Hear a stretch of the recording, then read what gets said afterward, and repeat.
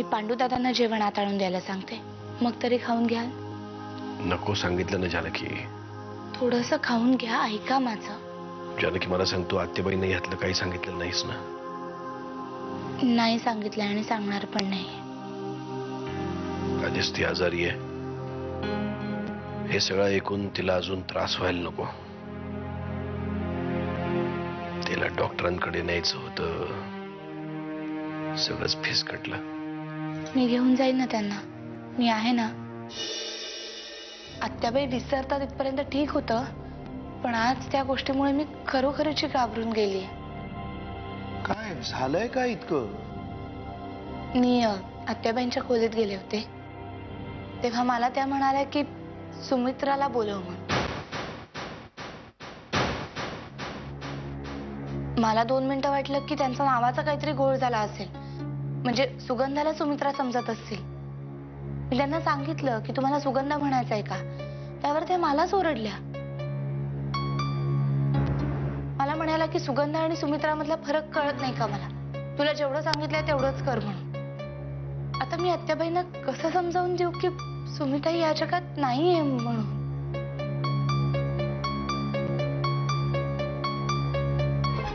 अल्झायमर्समुळे होतं हे सगळं. बराच गंभीर आजार आहे हा. ह्या आजारात माणसाला सगळं विसरायला होतं, कशाचं भानच राहत नाही. आपण कुठे आहोत, काय करतोय, मेंदू कामच करेल असा होतो. सगळं सगळं विसरायला होतं. त्यांना डॉक्टरांकडे नेण्यासाठी आतापर्यंत कमी प्रयत्न केलेत का? पण वामनदादा होते अजिबात ऐकत नाहीये, त्यांना पटतच नाहीये.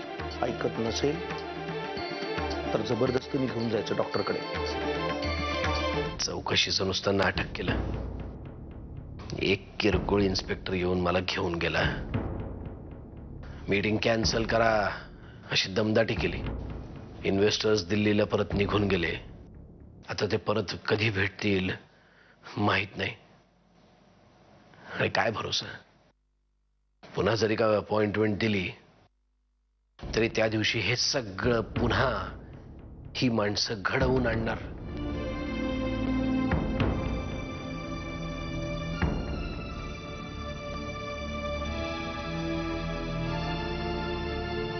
हे सगळं एवढं मनाला लावून घेण्याची खरंच गरज आहे का? तुमचे विरोधक तुम्हाला त्रास देण्यासाठी या सगळ्या गोष्टी करतायत ना. आणि फक्त तुमच्या राजकीय आयुष्यामध्ये नाही, तर तुमच्या आयुष्यामध्ये सुद्धा तुम्हाला त्रास व्हावा अशीच त्यांची इच्छा आहे. आणि जर का खरंच तुम्ही स्वतःला असा त्रास करून घेणार असाल तर तेच जिंकणार नाहीत का? आणि सगळ्यात महत्त्वाची गोष्ट, तुम्ही कुटुंब प्रमुख आहात. तुमच्याकडे पाहून आम्ही सगळेजण जगतोय.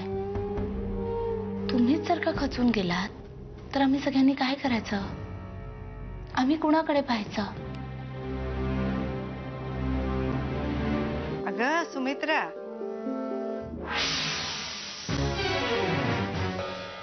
बरं झालं आलीस तू. अगं तुलाच निरोप पाठवणार होते पांडूकडून, जरा भेटून जा म्हणून. आत्याबाई, चुकीचं नाव घेतलं का तुम्ही? माझं नाव सुमित्रा नाहीये. आता सुमित्राला सुमित्रा म्हणू नको तर काय जानकी म्हणू का? नाही आहोत, तसं नाही. मी सुमित्रा नाहीये, मी सुगंधा आहे. काय तुम्ही तरी, सुमित्रा आणि सुगंधा याच्यातला फरक मला ओळखता येत नाही. आता अशी बघत काय बसलीस माझ्याकडे? अगं जरा माझ्या खोलीत येशील का? हो येते की. Good evening afternoon Narasimha Rao.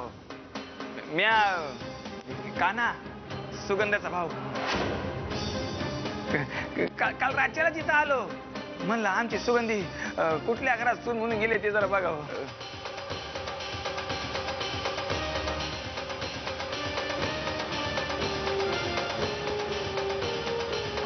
Narasimha साहेब, हा माझा भाऊ कान्हा. नाही, कान्हा नाही, कान्हा. हा कान्हा.